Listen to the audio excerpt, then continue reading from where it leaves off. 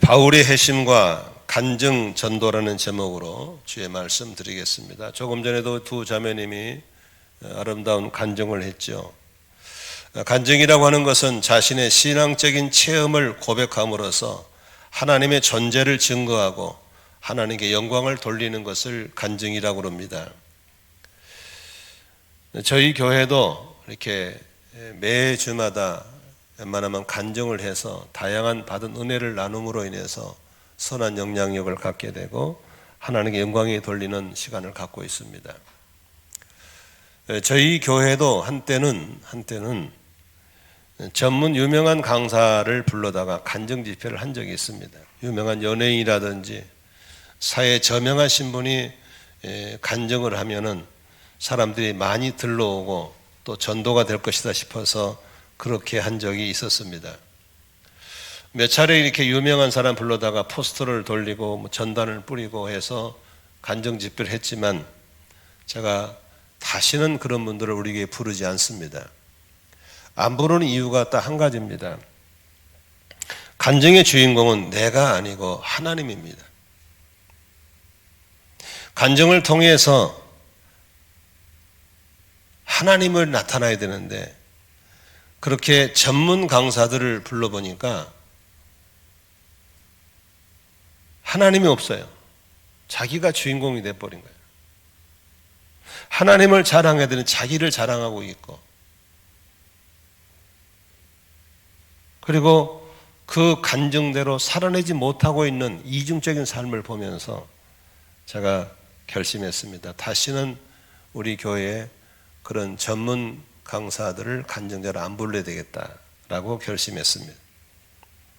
그러나 조금 전에 간증한 것처럼 순수한 우리 성도님들의 삶 속에서 그가 주님을 만났던 경험들을 나눌 때, 그렇게 유명한 간증이 아니지만 가슴에 와닿는 게 있고 또 얼마나 아름다운 삶의 변화와 도전이 되는지 모르겠습니다.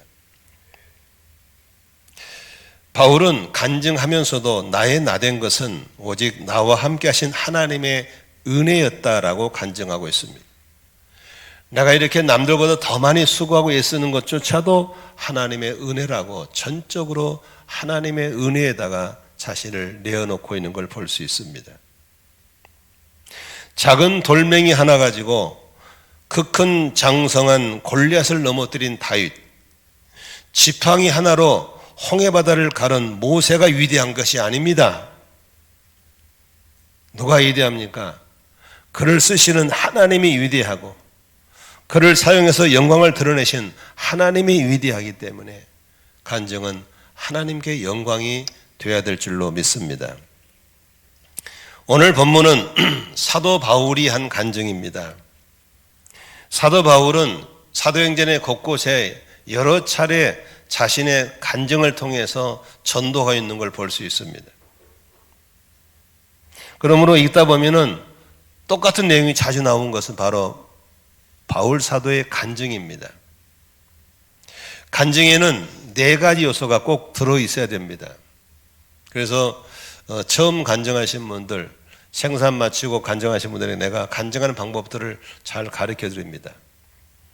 간증에는 비포, 그러니까 그리스도를 만나기 이전의 모습을 리얼하게 말해야 됩니다.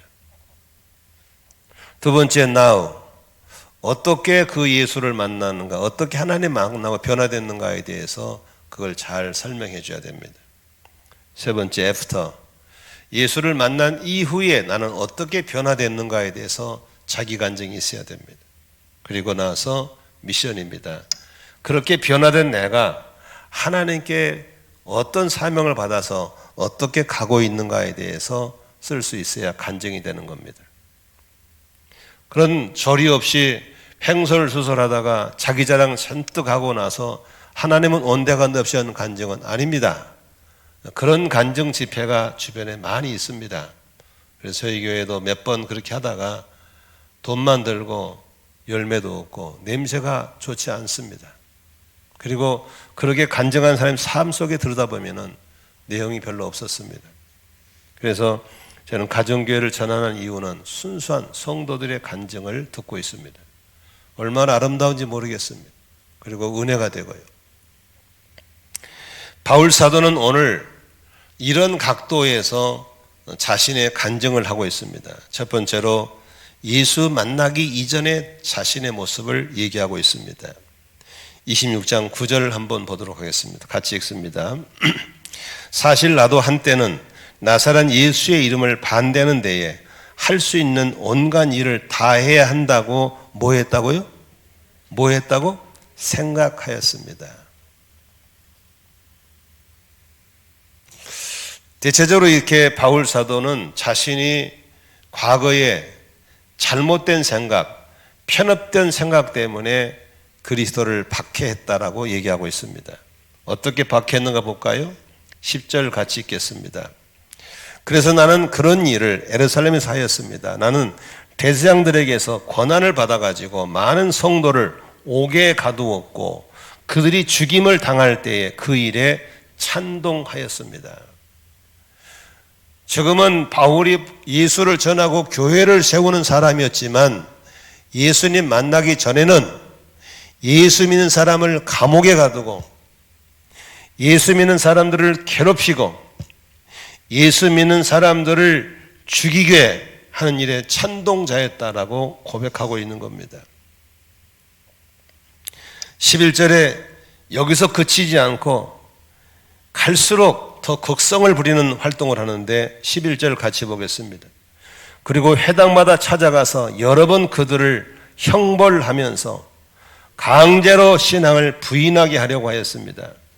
나는 그들에 대한 분노가 극도에 다다랐으므로 심지어 외국의 여러 도시에까지 박해의 손을 뻗쳤습니다. 라고 자신이 예수 믿기 전에 얼마나 못된 사람이었는가에 대해서 얘기하고 있습니다.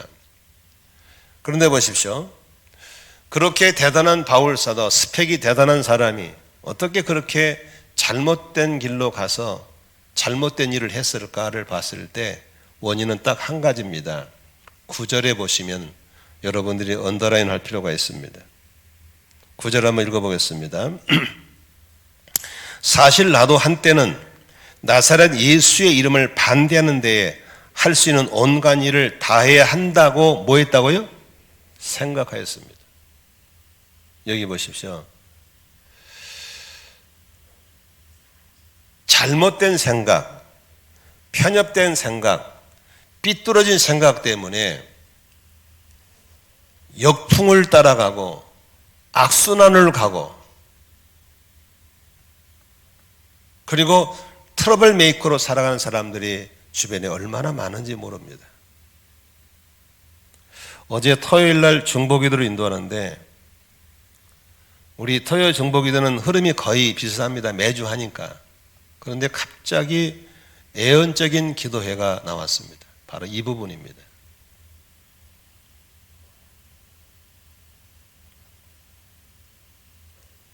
인생이 안 풀려요. 하는 일마다 힘들어요. 왠지 아세요? 여러분, 바람이 밀어줘야 순풍이 되는데 바람을 치고 나가니까 얼마나 어렵겠어요. 그걸 역풍이라고 합니다. 선순환이라고 하는 것이 순리대로 잘 풀리는 걸 선순환이에요. 사사건은 안 풀려요. 악순환입니다.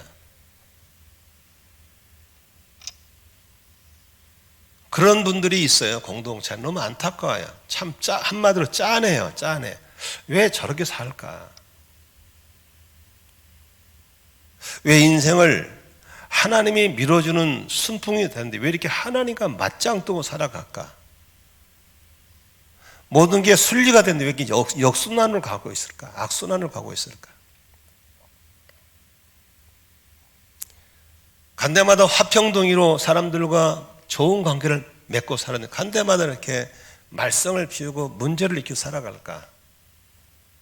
그런 사람들이 눈에 보일 때 너무 안타까운 거예요. 그런데 원인은 딱 하나예요. 잘못된 생각, 편협된 생각. 그것이 의로운 줄 알고 그것이 잘난 줄 알고 그게 정의를 실현한 줄 알고 그렇게 가는 분들이 있어요. 그런데요, 잘 보세요. 그런 분들한테는요, 알려지면 못 알아들어요. 왜? 들을 귀를 이미 사탄이가 다 망가지게 했어요. 안 들려요. 못 깨달아요. 보여줘도 몰라요. 기도해 주는 것 외에는 대안이 없어요. 또 그런 사람들은요, 그런 사람끼리 모여 다녀요. 모든 정보가 글로 모여요. 참 안타까워요.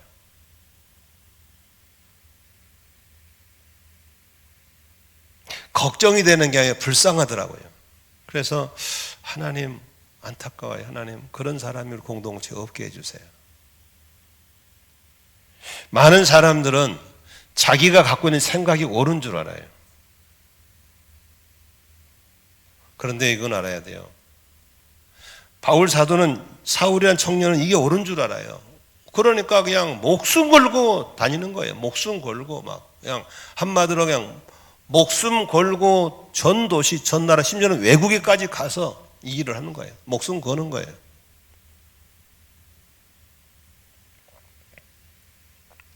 나중에 깨닫고 후회하지만 본인은 그렇게 생각했다잖아요. 오늘 여러분 생각이란 게 참 중요합니다. 내 생각이 옳은 것 같아요? 내 생각이 바른 것 같아요? 그러나 사람은 불완전해요. 온전할 수가 없는 거예요. 그래서 생각을 늘 체킹하셔야 됩니다. 거울 앞에 나를 비춰보는 게 필요한 거예요. 거울에서 나를 보려면 두 가지가 있어야 돼요. 첫째, 거울이 있어야 돼요. 여러분, 거울 앞에 쓴다고 보입니까? 깜깜한 방에 거울 앞에 쓰면 아무것도 안 보여. 빛이 있어야 돼요. 빛만 있으면 되나요? 거울이 있어야 돼요. 거울과 빛이 같이 있어야 볼 수 있는 거예요. 그러므로 말씀이라는 거울 앞에 성령이 비치는 빛 가운데 있을 때 나를 볼 수 있는 거예요. 근데 이미 사탄이가 절대로 그렇게 해주질 않아요. 이미 어둠에게 노출되어 버리기 때문에 계속 어둠이 소스를 주는 거예요. 그게 뭔지 아세요? 거짓말이에요. 계속 거짓말을 들려줍니다. 한번 그런 악순환에 빠지면요, 나오기가 어렵습니다.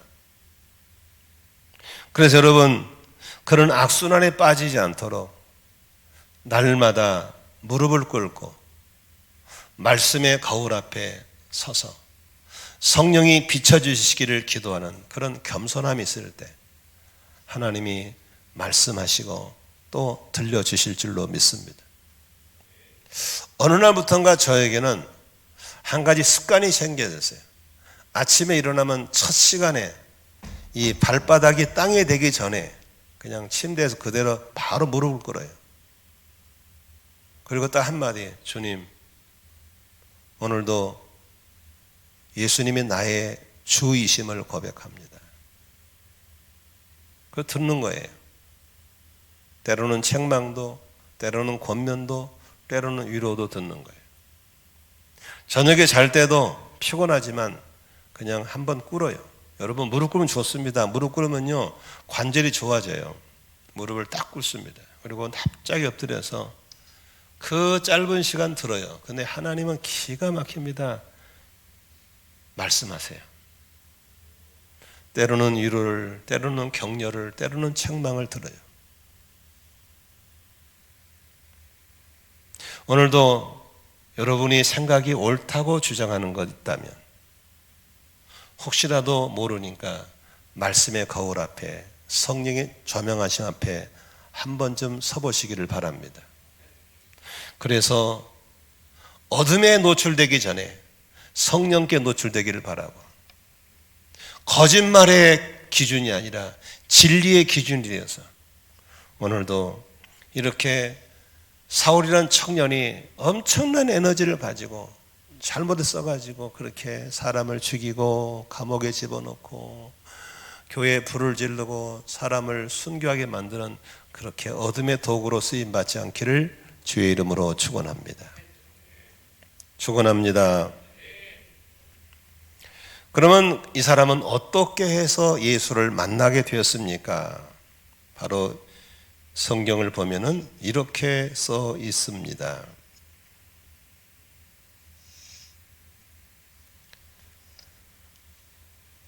12절 한번 볼까요? 같이 읽습니다. 12절 13절입니다. 시작. 한 번은 내가 이런 일로 대제사장들에게서 권한과 이임을 받아가지고 다마스쿠스로 가고 있었습니다. 임금님, 나는 길을 가다가 한낮에 하늘에서부터 해보다 더 눈부신 빛이 나와 내 일행을 둘러비치는 걸 보았습니다. 여러분, 사람들은 이렇게 변화받을 때 있어서 내가 하나님을 찾는 게 아닙니다. 하나님이 먼저 나를 찾아와 주십니다. 우리는 하나님을 찾을 만한 믿음도 없고 아무것도 없습니다. 그래서 은혜라고 하는 게 뭐냐면 하나님이 찾아주시고 간섭해 주시고 버려두지 않는 것이 은혜인 줄로 믿습니다.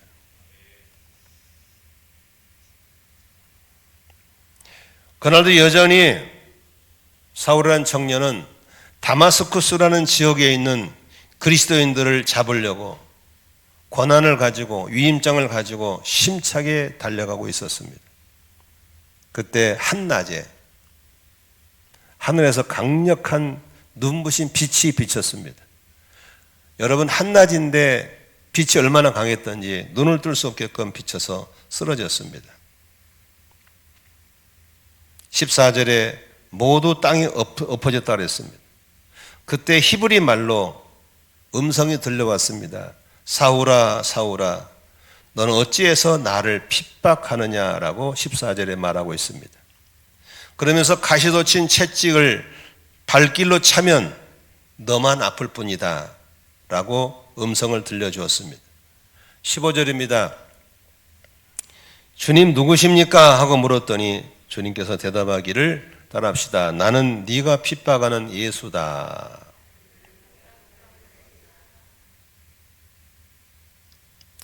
여기서 재미있는 것은 이렇게 말하고 있습니다. 사울이란 청년은 예수를 핍박한 적 없습니다. 예수 믿는 사람 핍박했지. 예수 믿는 사람 모이는 교회를 핍박했지. 그런데 주님은 예수 믿는 사람 괴롭히는 것이 곧 예수를 괴롭히는 것이고 교회를 괴롭히는 것이 곧 예수를 괴롭힌 것이라고 얘기하고 있는 것입니다.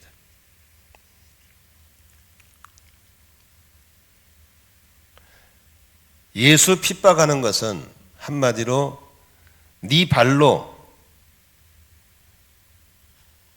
가시더미를 찾는 것 똑같다.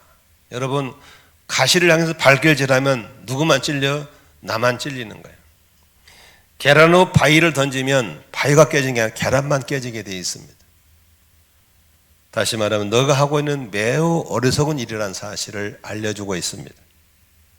그게 옳은 줄 알았고 그게 바른 줄 알았고 그게 하나님을 위한 줄 알았던 이 잘못된 생각을 예수를 만남으로 순간적으로 바꿔버린 걸 볼 수 있는 것입니다. 오늘도 여전히 어둠에 노출돼 가지고 계속 교회 안에서 그렇게 잘못된 생각, 편협된 생각을 가지고 있는 분들이 있다면 인생을 낭비하는 겁니다. 인생을 후회하는 겁니다. 어쩌면 후회와 낭비를 깨달은 것 자체도 은혜겠죠. 그것도 못 깨달은 채 살다가 죽는 사람이 있습니다. 버림받은 사람입니다. 여러분, 하나님이 우리를 간섭하는 것과 내버려둔 것 차이점을 알면 좋겠습니다. 로마서 1장 28절에 보니까 유대인들이 하도 교만하고 그렇게 하나님 말을 안 들으니 하나님이 그들을 내버려두사 말을 내버려둬버린 거예요. 방치해버린 겁니다. 그런데 하나님을 사랑하는 사람들은 내버려두지 않습니다. 찾아오십니다. 간섭하십니다. 깨닫게 하십니다. 변화시켜 주시는 겁니다. 우리 청소년들은 부모가 간섭하면 되기 싫으면 좀 내비두라고 그러잖아요. 내비두라고 그런 적 있지 옛날에. 나 좀 내비두라고. 내비두는 건 버림받는 겁니다. 하나님은 우리를 사랑하시기 때문에 내버려 두지 않으신 겁니다.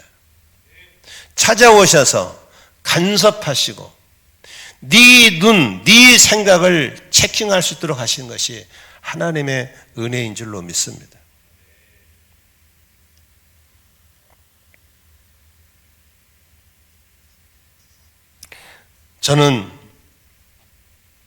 저도 한때 유명한 간증 강사였습니다. 얼마나 유명했냐면 제 간증이 책에 실렸습니다. 그래서 전국에 많이 판매됐습니다. 78년도에 3년 동안 누워 지내던 허리가 낫고 나서 여의도 순복음교회 대성전서 간증하고 그것이 기사화돼 가지고 전국에 책으로 나가고 그 간증을 부르면 30분 불러주면 30분짜리 10분 부르면 10분짜리 간증을 요약해서 참 많이도 했습니다. 지금 돌아보면은 제가 한 번도 아픈 적이 없고 피곤이 모를 정도로 건강한 집안의 아들이 허리를 다쳐서 3년 동안 누워서 아무것도 못했던 그것이 하나님의 저를 간섭하는 기간이었습니다. 나의 연약함을 통해서 나의 아픔도 아무도 못하는 무능함을 통해서 내 생각이 얼마나 편협됐고 얼마나 잘못된 걸 깨닫고 나를 보게 되고 하나님께 회심하게 되는 걸 볼 수 있는 것입니다. 하나님은 오늘 여러분들을 질병 가운데 부를 수도 있고 풍랑 가운데 부를 수 있고 여러 가지 상황 속에서 부르셔서 여러분의 잘못된 생각이 편협된 생각이 그래서 악순환으로 가고 있고 그래서 역풍을 갖고 있고 그래서 트러블 메고 살아가고 있다는 사실을 실체를 보게 해준다는 사실입니다. 그래서 바울은 그렇게 내버려두지 않고 찾아오셔서 만나주시고 변화시켜준 것을 은혜라고 말하고 있는 것입니다. 나는 우리 설교 듣는 여러분들이 좀 그런 은혜가 있기를 주의 이름으로 축원합니다. 아무런 일 없어. 여전히 잘못된 생각, 여전히 편협된 생각을 가지고 어둠에 노출돼 가지고 온갖 어둠의 정보가 다 글로 몰려가고 있고 그것이 교회를 이해한 줄 알고 그것이 하나님을 이해한 줄 알고 있다면 불쌍한 사람이죠. 너무 안타까운 사람이죠. 한 번도 자기는 주의 음성을 들을 필요가 없이 완벽한 삶을 하는 사람들, 한 번은 나도 헌신돼 기도받지 않는 사람들, 대단한 사람들입니다. 나는 앞에 나올 일이 없는 사람이야. 완벽한 사람이야. 그런 사람은 없습니다. 누구나 중보기도가 필요한 사람이고 하나님이 깨닫게 해주셔야 되고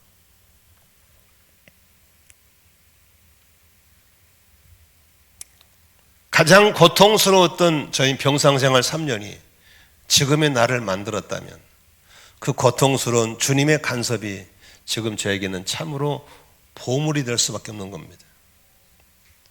오늘 여러분 삶 속에 하나님이 내버려둔 사람이 있다면 그건 복이 아닙니다. 그것은 하나님이 형통한 길을 열어준 게 아닙니다. 버리고 있는 겁니다. 그러나 이런 어려움, 저런 어려움, 이런 갈등, 저런 갈등을 통해서 나의 연약함을 발견하게 하고 하나님께 무릎을 꿇게 하고 하나님을 찾을 수밖에 없게 하시는 것은 하나님의 은혜인 걸 믿으시길 바랍니다.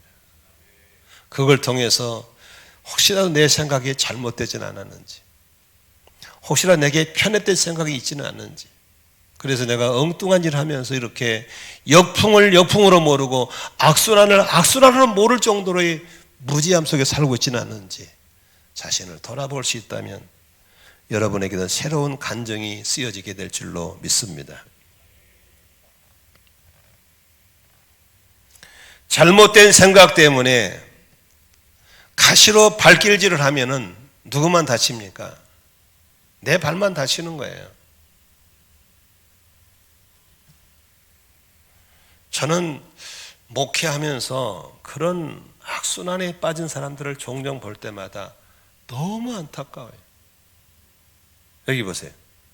지금 듣고 나니까 아이 목사님 그런 말씀 하셔야죠. 나도 그러고 싶지요. 근데 이미 귀가 고장났어요. 마귀가 제일 먼저 고장내버리는 게 뭔지 아시죠? 귀를 고장내버립니다. 들리지 않습니다. 무슨 말도 안 듣습니다. 그 다음에 눈을 막아버립니다. 눈에 비늘을 씌워버려요. 절대 안 보입니다. 그러니 얼마나 안타깝습니까? 무슨 말을 듣지 못하고 뭘 해도 보지를 못하니까 끝나버린 겁니다. 얼마나 안타까워. 그래서 우리가 평소에 끊임없이 중복이 되는 하나님, 눈에 비늘이 씌지 않게 하여 주시옵소서. 사탄 마귀가 주의 음성 듣는 귀를 고장내지 않게 하여 주시옵소서. 기도해야 됩니다. 하나님, 사울이 아나니아에게 안수받을 때 눈에 비늘이 벗겨진 것처럼 어느 날 갑자기 내 눈에 비늘이 벗겨져서 주의 진리를 포기하여 주시옵소서. 하나님 어느 날 귀머거리에게 기도하셔서 듣게 하신 것처럼 주의 음성이 들리는 귀를 허락하여 주시옵소서. 오늘 이 바울은 그런 은혜를 받은 겁니다. 리얼하게 얘기해서 나는 이런 나쁜 놈입니다. 정말 독한 놈입니다. 수많이 죽였습니다. 괴롭혔습니다. 참 부끄러운 과거를 다 드러내잖아요. 그러기까지 하나님이 이렇게 나를 찾아오셨습니다. 그리고 말씀하셨습니다. 깨닫게 하셨습니다. 그리고 누구에 가서 안수기도 받으라 했습니다. 받을 때 눈에서 비늘이 벗겨져서 보게 되었습니다. 믿으시면 아멘 하십시오. 우리들 삶 속에 그렇게 하나님이 버려두지 않으시고 어떤 방법으로든지 듣게 하시고 보게 하시는 눈이 열리고 귀가 열리는 은혜가 있기를 주의 이름으로 축원합니다. 바울은 그렇게 주를 만나서 회심하고 나서 제일 처음에 받은 은혜가 무슨 은혜인 줄 아십니까? 사명을 받습니다. 16절 같이 읽겠습니다. 볼펜 가지신 분은 한 단어를 치십시오. 자, 일어나서 발을 딛고 서라. 내가 너에게 나타난 목적은, 요걸 믿으십시오. 내가 너에게 나타난 목적은 이 목적입니다. 퍼포스, 목적입니다. 하나님이 우리를 만나준 목적이 있는 겁니다. 천국에 빈자리 채우려고 부른 게 아니에요. 예배당 빈자리 채우려고 부른 게 아니에요. 하나님은 우리를 구원하셔서 듣게 하시고 보게 하시고 회심시키고 구원해 주신 목적이 있는 걸 믿으시기를 바랍니다. 이 목적을 따라 사는 게 중요해요. 내가 누구인지, 나는 누구로 살아야 되는가에 대한 목적을 상실한 게 너무 많아요. 그런 사람 보고 살았다 하나 죽은 사람이고, 지난주 설교처럼 인생의 항해가 아니라 표류하는 인생이에요. 주어진 인생이라 던져진 살아가는 거예요. 나는 여러분들이 주님을 만나신 이후에 나의 삶에 분명한 목적이 있기를 주의 이름으로 축원합니다. 밥이나 축내고 돈이나 쓰다가 때 되면 죽어버리는 그런 개죽음 같은 인생이 아니라 나를 향한 목적이 있는 거예요. 첫째 목적이 뭘까요? 첫째, 너를 뭘로 삼아서? 일꾼으로 삼아서. 개역개정 성경에는 사환이라는, 사환, 일꾼, 사환, 심부름꾼입니다. 여기 보세요. 본래 하나님은 우리의 주인님이에요. 우리는 하나님의 일꾼으로, 사환으로 부름받은 걸 믿으시기 바랍니다. 그런데요, 잘 보세요. 마귀가 우리 조상 아담 하와를 찾아 거짓말을 해요. 왜 선악과를 먹지 않냐? 저거 먹으면 죽는다고 그래. 아니, 안 죽어. 너 저거 먹으면 너도 하나님처럼 될 수 있다고 거짓말합니다. 마귀의 거짓말을 넘어가서 선악과를 따먹어버립니다. 그리고 하나님의 사환인 주제에, 하나님의 일꾼인 주제에 내가 주인같이 살려고 하는 거예요. 대부분 여기 속아 넘어간 거예요. 자기가 주인이래요.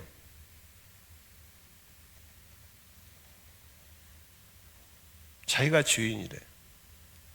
경기도 이천에 제 친구 목사가 목회하고 있습니다.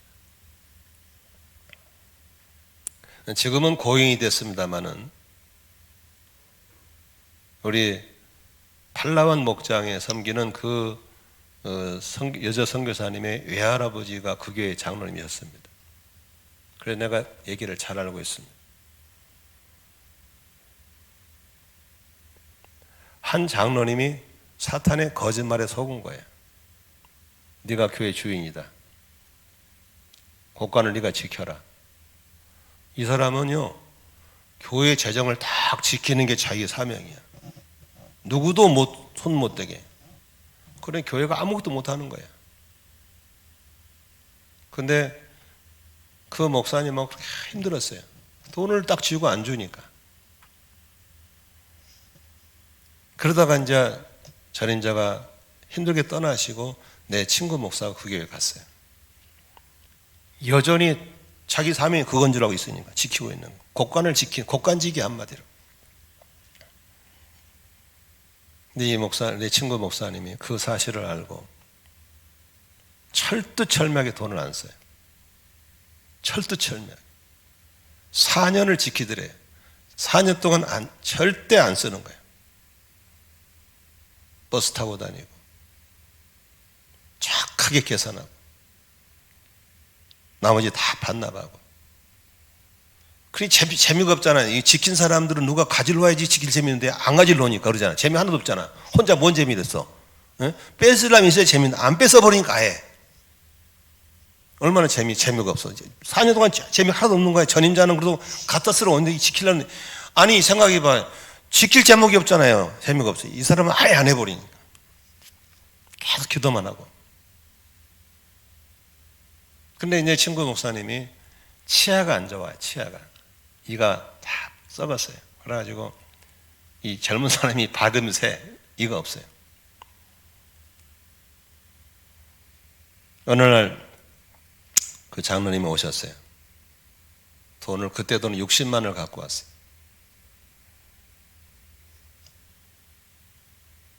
이게 무슨 돈이냐니까.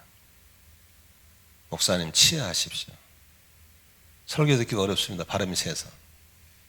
그러니까 목사님이 아이 장로님 교회 돈이 그렇게 귀한 돈인데 어떻게 내가 그 돈을 저는 못 씁니다. 안 합니다. 저는 좀 이따가 도마도 할 겁니다. 그러니까 장로님 울면서 목사님 이건 교회 돈이 아니고 내 돈이요. 내 돈. 내가 드리는 거요. 제발 쓰세요. 그러면서 그 장로님이 깨달은 거야. 내가 곡간지기로 부름받은 게 아니고 목사님과 동역하라 불렀구나. 그래 그 장로님이 잘 깨닫고 나서 얼마나 동역을 잘하는지 몰라요. 그래가지고 자기가 하나님께서 주시는 이 사탄의 거짓말을 깨닫고 눈을 뜬 거예요. 그래가지고 돌아가실 때까지 얼마나 그 젊은 목사님을 돕고 애쓰고, 그래서 교회가 크게 부흥돼가지고 성전 부지를 7,000평을 사요. 7,000평을. 그리고 예배당만 2,000평을 지어요. 근데 이번에 가보니까 그 7,000평 옆으로 큰 신도지가 들어와 버려요. 수천 세대가 아예 포진해 버려요. 그래서 한 3,000평을 신도시로 주면서 빚 싹 갚아버리고 또 700평을 또 사가지고 크게 이렇게 참 교회가 너무너무 크게 돼버렸어요. 여러분 오늘도 사탄은 우리에게 거짓말합니다. 네가 주인이라고.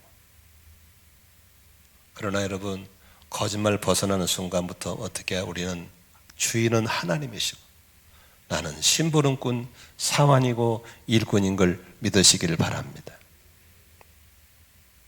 미국의 아주 유명한 부잣집 딸 아담스라는 자매가 있었어요. 이 자매가 부잣집 딸입니다. 의대를 들어갔어요. 그런데 원천은 병을 만나 꼽추가 돼요. 꼽추.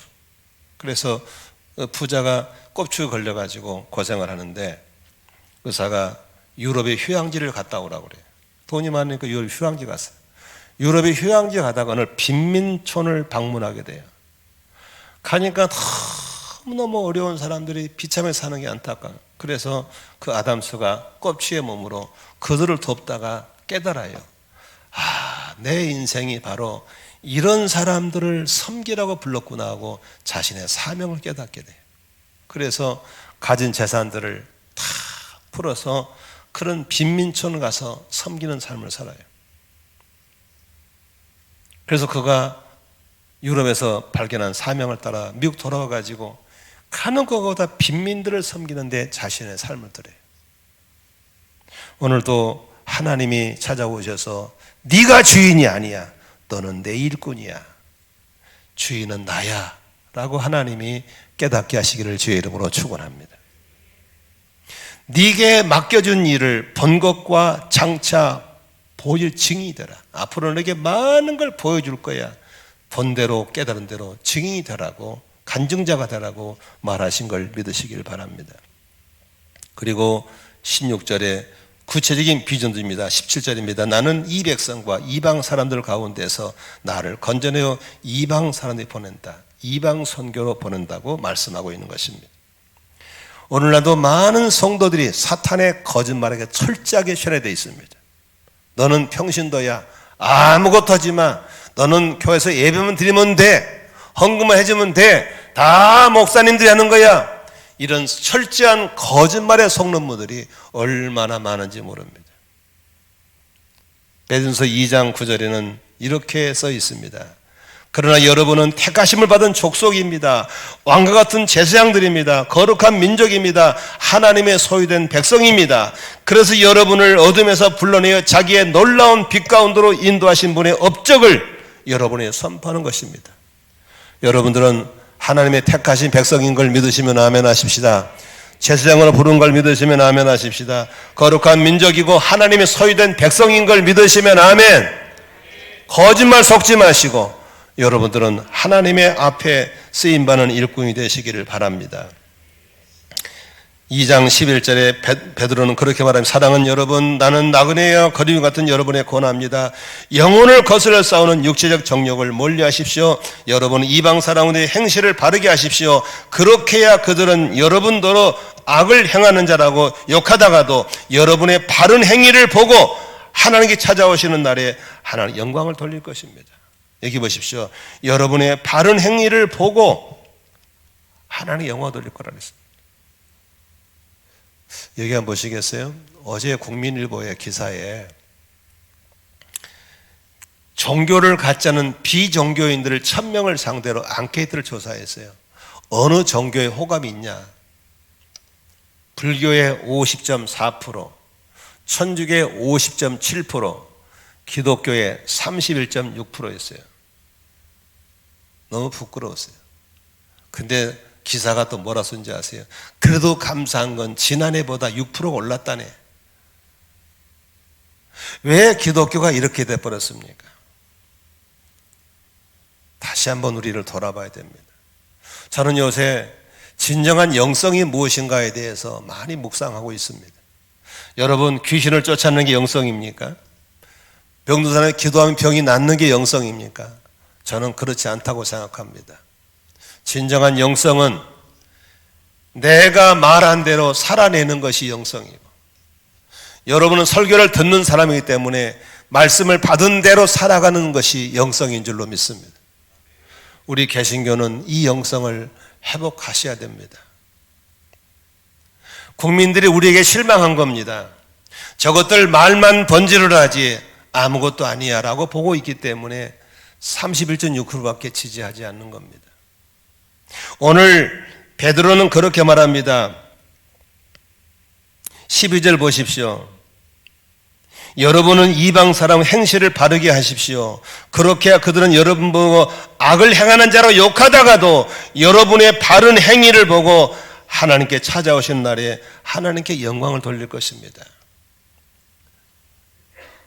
여러분, 너무 많이 알라 하지 마시고 아는 말씀 하나라도 그렇게 살아보려고 몸부림을 치시면 그것이 간증이고 그것이 구원받은 자의 삶의 표상인 걸 믿으시기를 바랍니다. 18절 바울이 오늘 간증의 마무리에 이렇게 말하고 있습니다. 어쩌면 이 설교의 결론이 되겠습니다. 18절 같이 읽겠습니다. 이것은 그들의 눈을 열어주어서 그들이 어둠에서 빛으로 돌아오서고 사탄의 세력에서 하나님께로 돌아오게 하며 또 그들이 죄의 사함을 받아서 나에 대한 믿음으로 거룩하게 된 사람들 가운데 들게 하려는 것이다 하고 말씀하셨습니다. 내가 조금 전에 얘기했죠. 왜 악순환에서, 왜 역풍에서 못 나올까? 눈이 닫혀서입니다. 하나님이 찾아오셔서 우리 눈을 열어주셔서 이제는 어둠에서 빛으로 돌아서는 것이 구원받는 걸 믿으시기를 바랍니다. 사탄의 세력에서 하나님께로 돌아와야 됩니다. 아멘. 바울이란 사람은, 사울이란 사람은 그게 옳은 줄 알았어요. 사탄의 세력에 있으면서도 그게 옳은 줄 알았어요.